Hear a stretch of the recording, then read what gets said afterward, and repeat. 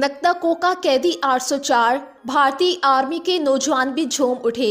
नाज़रीन, मल्कू ने इमरान खान के लिए कैदी 804 गाना गाया और देखते ही देखते इस गाने की गूंज भारत तक सुनाई देने लगी। इस वक्त भारत से एक आर्मी के नौजवान की वीडियो वायरल हो चुकी है, जिस वक्त वो इमरान खान के इस गाने पर डांस करता दिखाई दिया। मुकम्मल वीडियो आपके साथ शेयर करेंगे। नाज़रीन, इमरान खान पाकिस्तान के एक अजीम तरीन लीडर हैं। इमरान खान पाकिस्तान कौम को एक हकीकी आज़ादी दिलवाना चाहते हैं और इसी की सज़ा आज इमरान खान जेल में बैठकर काट रहे हैं। लेकिन इस सब के बावजूद इमरान खान झुके नहीं, बल्कि दुश्मन के सामने डटकर खड़े हैं। इमरान खान अपनी कौम की आज़ादी चाहते हैं, पाकिस्तान की नई आने वाली नस्लों को आज़ाद करना चाहते हैं और इसीलिए आज इमरान खान को अडयाला जेल में इस सब की सज़ा दी जा रही है।